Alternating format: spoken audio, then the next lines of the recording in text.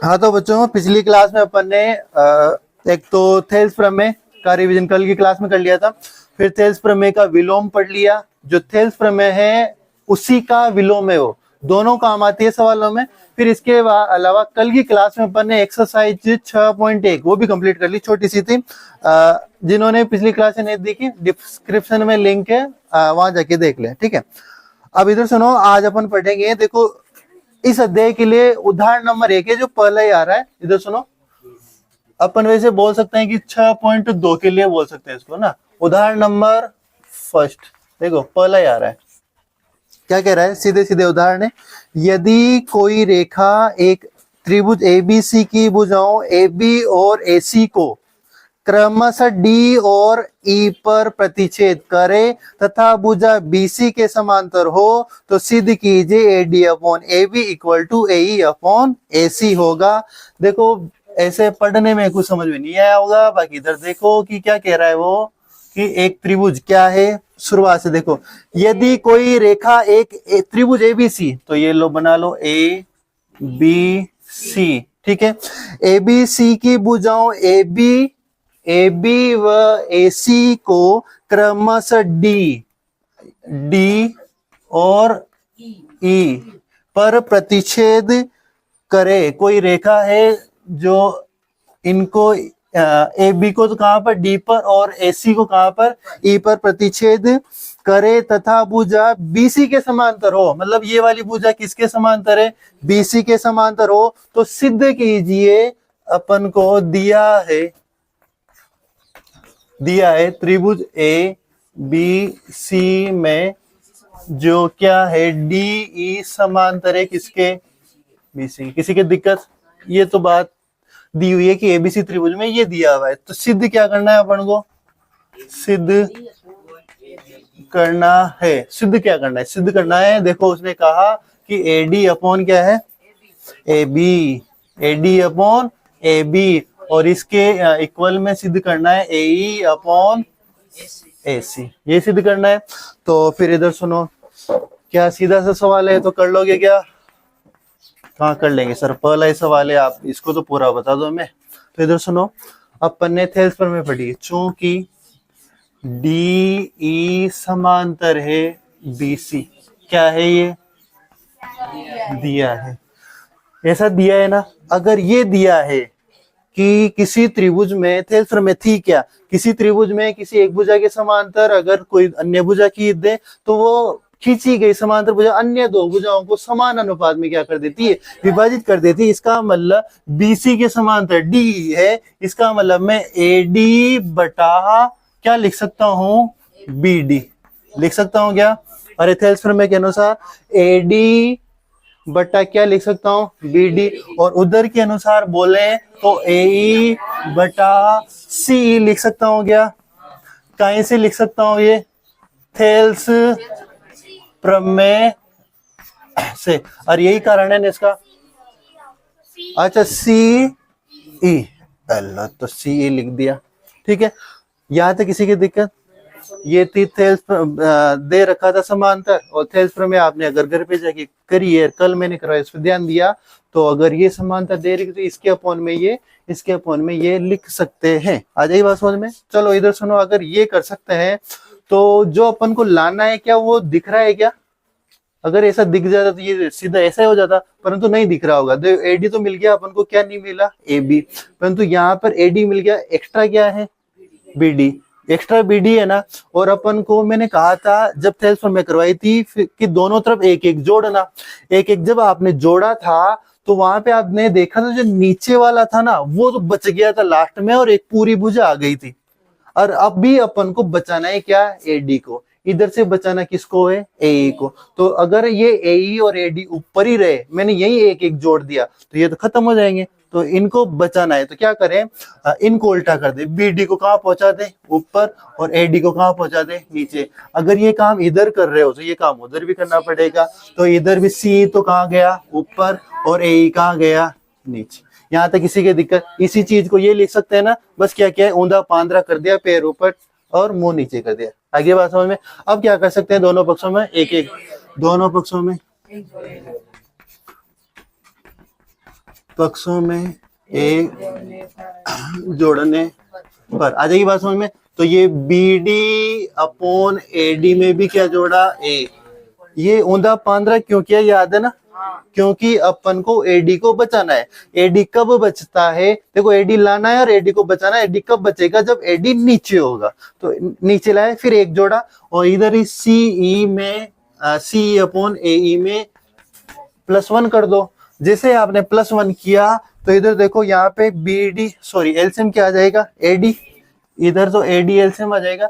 AD का भाग AD में एक बार एक कोई डी से गुणा करोगे तो बीडी, और याद है तुम्हें एक के नीचे एक का भाग एडी में, एडी बार एडी को उससे मल्टीप्लाई करोगे वापस, कुल मिला के यहाँ क्या आएगा, सेम काम उधर होगा, एलसीएम क्या आएगा, ए। तो फिर मैं क्या लिख सकता हूँ, सी प्लस सीई प्लस क्या लिख सकता हूँ, वही भाग दोगे तो ए बनेगा। चलो अगर ये आपने कर दिया तो इनके ये करने से आपको चित्र में क्या मिला, बीडी कहाँ है, ये रहा बीडी, एडी कहाँ है, ये रहा। इन दोनों को जोड़ा तो क्या मिल गया, ए बी अपॉन क्या मिल गया, एडी मिल गया। इधर देखो सी कहाँ है, ये रहा। इस सी में कौन जुड़ा है, ए, तो दोनों जुड़ के क्या हुआ, ए सी बटा क्या मिल गया। क्या ये चाह रहा था, क्या नहीं चाह रहा था। एडी कहाँ है, ऊपर, ए बी कहाँ है, नीचे। तो जहां इसका ऊंधा पांद्रा किया था वहां भी उसका ऊंधा पांद्रा कर दे, तो एडी कहाँ आ जाएगा। पर ऐसा करने के लिए यहाँ क्या लिख देंगे, अर्थात एडी कहाँ ऊपर, ए बी कहाँ, सेम काम इधर भी कर दो, ए कहाँ ऊपर। इतनी सीधा सा सवाल एक नहीं है, उतारो यहाँ तक। अरे उतार लिया ना। अब अगला सवाल, अगला उदाहरण सीधा सा सवाल था ये। फिर इसके बाद उदाहरण नंबर 2 को पढ़ो। पढ़ लिया, चलो इधर सुनो क्या कह रहा है। ए बी सी डी एक समलंब है, समलंब चतुर्भुज है, कहना ये चाह रहा है। ए बी सी डी क्या है, समलंब। समलंब चतुर्भुज जानते हो, ऐसा चतुर्भुज कुल मिला के जिसमें भुजाओं का एक जोड़ा क्या हो, समांतर। भुजाओं का एक जोड़ा क्या हो, समांतर। अब इसमें कौन सी भुजाओं का जोड़ा समांतर है, उस बात को ये आगे बोल रहा है, जिसमें ए बी समांतर क्या है, डी सी है। यानी ये जो समलंब चतुर्भुज है ए बी सी डी, ये ए बी सी डी ऐसा बनता है जिसमें, ठीक है, जिसमें ये नाम इसने दिया है ए बी सी और डी।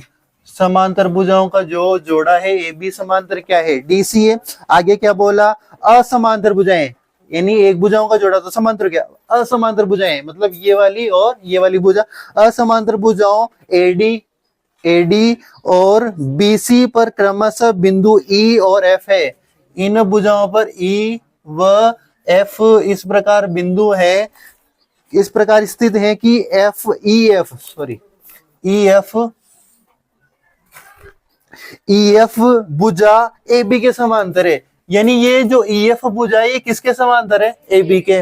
तो कुल मिला के ये बताओ, ए बी समांतर है डीसी के, और ये जो ई एफ है ये समांतर ए बी के। इसका मतलब तीनों भुजाएं आपस में क्या हो गई, समांतर हो जाएगी ना। ये पढ़ा होगा क्वेश्चनों में, ये इसके समांतर है और ये आपस में समांतर है, तो तीनों भुजाएं आपस में क्या हो जाएगी, समांतर। ठीक है, ये बात समझ आ गई।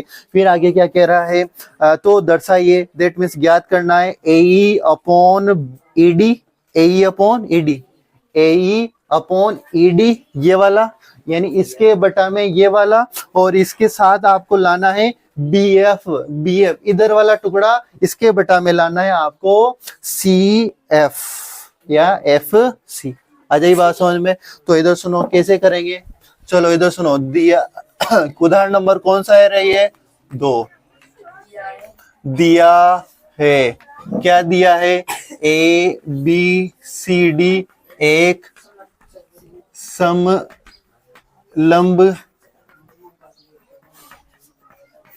चतुर्भुज है जिसमें ए बी समांतर क्या है, डीसी है, तथा ए बी के समांतर कौन है, ई एफ। एक नहीं है, ये दे रखा है उसने, ए बी के समांतर क्या है, ई एफ, ये भी दिया हुआ है।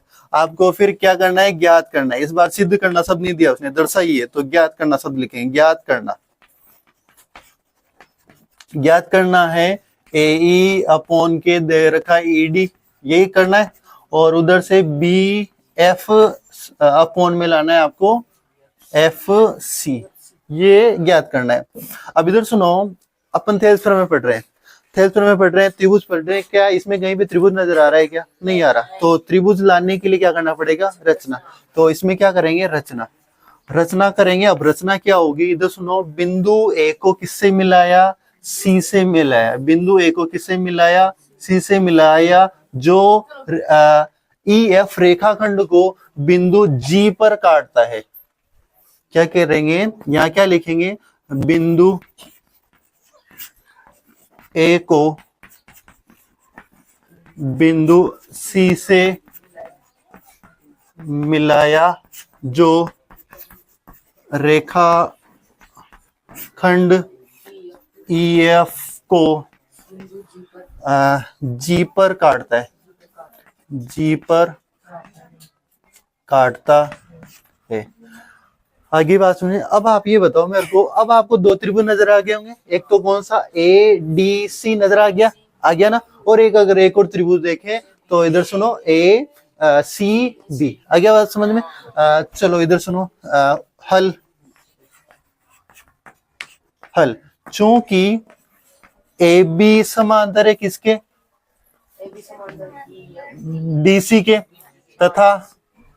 तथा ए बी समांतर है किसके, ई एफ के, एक नहीं है।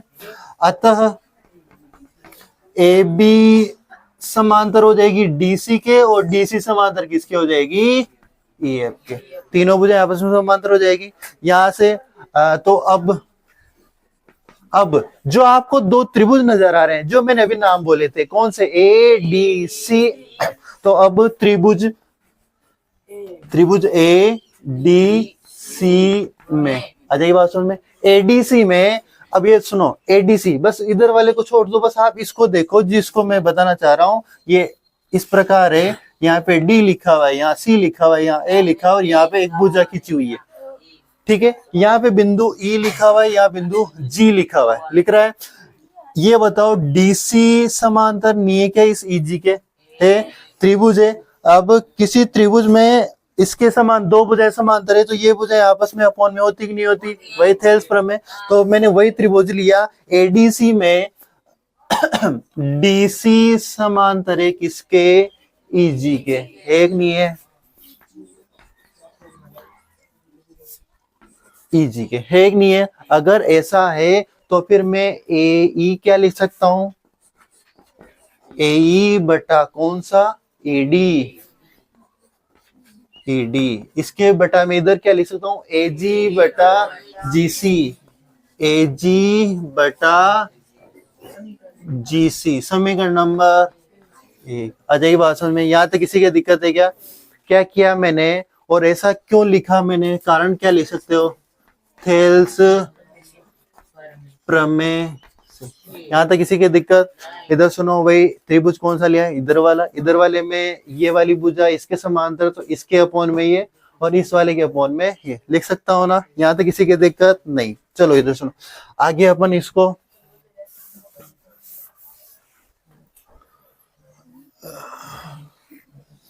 चलो इधर सुनो, यहाँ पे मैंने त्रिभुज लिया था ए डी सी। इसके अलावा एक और त्रिभुज है, कौन सा, अब मैं यहाँ लिख रहा हूं, अब त्रिभुज कौन सा, A B C, A B C में। अब ए बी सी में ए बी के समांतर कौन है, एफ जी, एक नहीं है। अगर मैं चित्र बनाना चाहूं, देखो यहाँ देख लो, इस प्रकार ये ए लिखा हुआ है, बी लिखा हुआ है, और इस प्रकार एक चित्र, ये त्रिभुज बन रहा है। यहाँ पे इस प्रकार रेखाखंड है, जो एफ यहाँ लिख रहा है, और ये क्या लिख रहा है, जी लिख रहा है, ये सी लिखा हुआ है। ये बताओ, ये भुजा और ये भुजा आपस में समांतर है समांतर। अब इधर सुनो, जस्ट वही पहले वाले बात है, बस त्रिभुज को क्या कर दिया, उल्टा कर दिया। इस बार समांतर भुजा ऊपर वाला हिस्सा आ गई, तो अगर समांतर है तो देखो इसके बटा में ये लिख सकता हूँ, वही थेल्स प्रमेय से। मतलब बी एफ के बटा में एफ सी लिख सकता हूँ, और इधर की साइड बोलूं तो ए जी के बटा में क्या लिख सकता हूँ, जी सी लिख सकता हूँ ना। चलो बात यही करेंगे यहाँ पे। इधर सुनो, ए बी बटा ए बी समांतर एफ जी है, तो इधर सुनो क्या लिखूंगा, ए जी अपॉन जी जी सी, और इधर से क्या लिख सकता हूं, बी एफ बटा एफ सी, समीकरण नंबर 2। और कारण क्या लिख सकते हो, थेल्स प्रमेय से। आ जाइए बात में, समीकरण नंबर 1 और 2 में आप देखोगे तो देखो ए जी सी, इन दो समीकरण 1 और 2 के जो एक भाग आप देखोगे ए जी सी ये दोनों भाग बराबर है, इनके मतलब इनका जो बचे हुए भाग है F B F upon F C किसके बराबर हो जाएगा, ए ई अपॉन ए डी के। तो समीकरण क्या लिख दें, समीकरण 1 व समीकरण 2 से।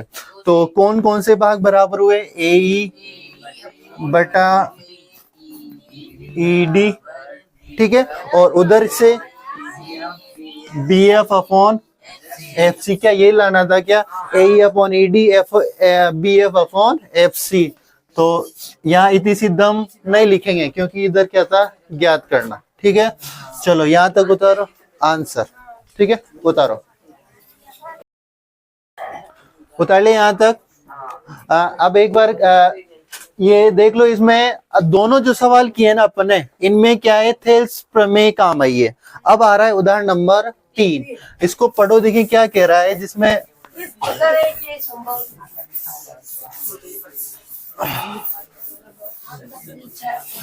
देखो इन सवालों को एक बार घर पे जाके जरूर करना, घर पर जाकर जरूर करना इन सवालों को, ठीक है ना, तभी जाके हाँ होमवर्क के रूप में। इधर सुनो, क्वेश्चन उदाहरण नंबर 3 क्या कह रहा है, उदाहरण नंबर 3 सुनो, आकृति 6.16, देखो पास में एक आकृति बनी हुई है, में पी एस बटा एस क्यू बराबर है पी टी बटा टी आर के, ठीक है, तथा कोण पी एस टी, देखो वहां चिन्ह भी बना रखा है कोण का, पी एस टी बराबर है कोण किसके, पी आर क्यू के, ठीक है। देखो चित्र बना लें अपन, इधर सुनो, ये त्रिभुज है कौन सा, पी क्यू आर, ठीक है, इसमें एक यहाँ पर भुजा दे रखी है जिसमें पी एस टी, ये पी एस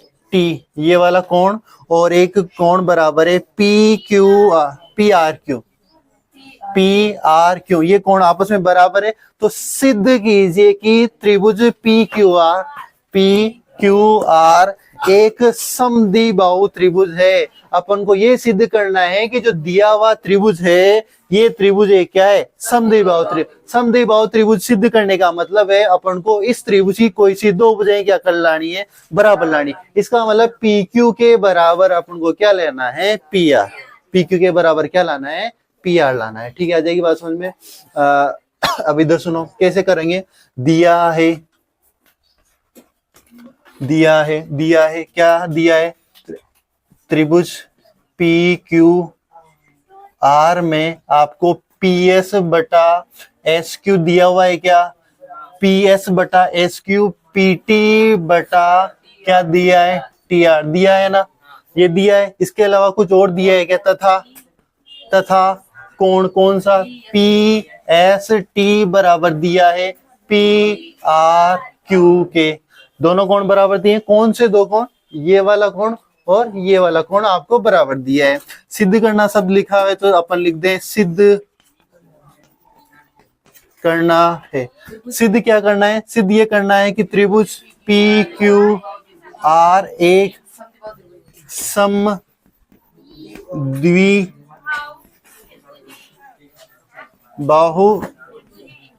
त्रिभुज है, अर्थात क्या हुआ कि अपन को अर्थात क्या लाना है कि पी क्यू बराबर लाना है किसके, पी आर पी क्यू बराबर किसके लाना है? अगर ये दो भुजाएं बराबर हो गई तो अपने आप ये जो त्रिभुज है ये कैसा हो जाएगा? समद्विबाहु त्रिभुज। तो इधर सुनो, सीधा क्या लिख दें? उपपत्ति। चलो इधर सुनो, आपको इस त्रिभुज में चूंकि त्रिभुज पी क्यू आर में, त्रिभुज पी क्यू आर में पी एस बटा एस क्यू बट इसके बराबर में पी टी बटा टी आर, ये क्या है? दिया है। क्या ये गिवन है आपके? तो इधर सुनो, अगर पी एस बटा एस क्यू और पी टी बटा टी आर दिया है तो इसका मतलब थेल्स प्रमेय के विलोम से ये जो दोनों भुजाएं आपस में क्या है? समांतर। अब तक थेल्स प्रमेय यूज ले रहे थे। अब तक क्या हो रहा था पिछले दो सवालों में कि ये दोनों समांतर दी होती थी तो अपन इसके बटा में इसको और इसके बटा में इसको लेते थे, परंतु इस बार उल्टा कर दिया कि ये और ये अपोन में दे दी अपन को, इसके बटा में ये दे दी, इसके बटा में ये दे दी। तो अपन फिर थेल्स प्रमेय के विलोम से, जो कल अपने प्रमेय पढ़ी थी उसमें था अगर ये है तो फिर एस टी किसके समांतर हो जाएगी? Q R. आ जाइए बात समझ में। तो मैं यहाँ क्या लिख सकता हूं? अतः क्या कि एस टी समांतर है किसके? क्यू आर के। किससे हो जाएगा ये काम? थेल्स प्रमेय के विलोम से। तो जो अब तक प्रमेय 6.1 काम आ रही थी, प्रमेय थेल्स प्रमेय के विलोम से 6.1 काम आ रही थी, इस सवाल में उसी का उल्टा थेल्स प्रमेय का विलोम वो काम आई 6.2। अजय बात में। अब अगर ये है मतलब ये वाली भुजा इस वाली भुजा की क्या आ गई? समांतर। तथा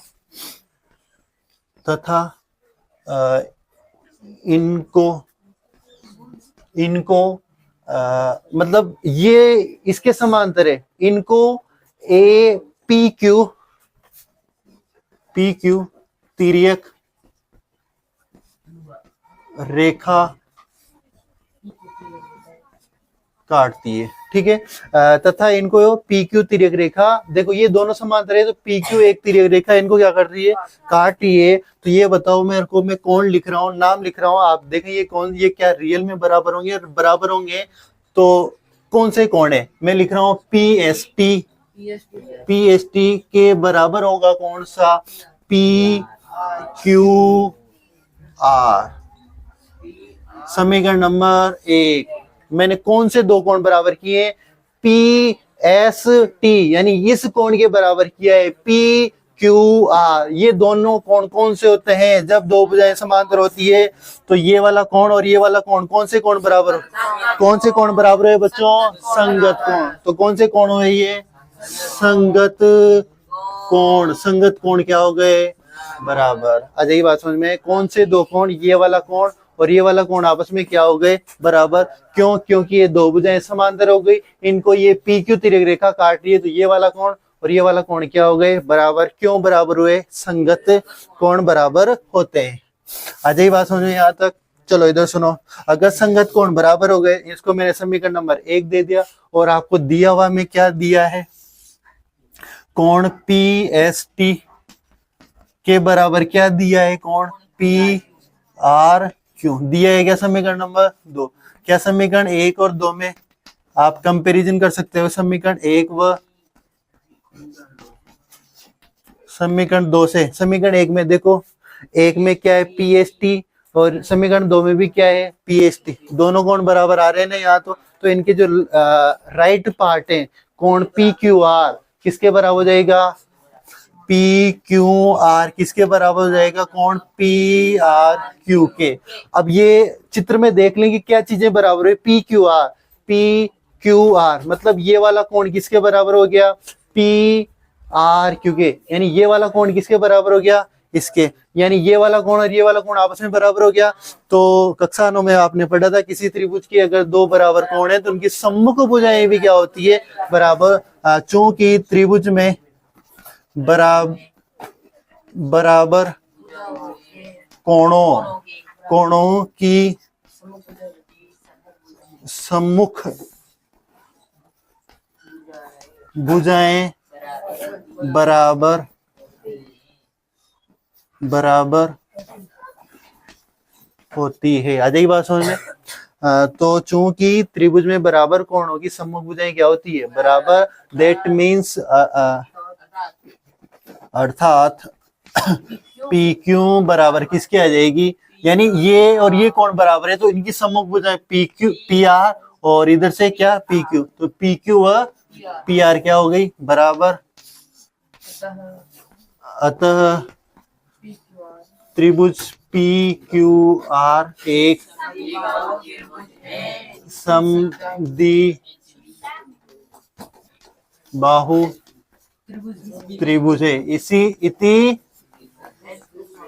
सिद्धम। आ जाएगी बात समझ में। तो यहां तक उतारो फिर, ठीक है। अरे उतार लिया नहीं यहाँ तक, ठीक है। तो फिर कल मिलते हैं। और आपने अगर वीडियो को यहाँ तक देख लिया है, आज कुछ समझ में आया तो प्लीज चैनल को सब्सक्राइब करें। कल मिलते हैं। कल की क्लास में इससे आगे एक्सरसाइज 6.2 को पढ़ेंगे, ठीक है।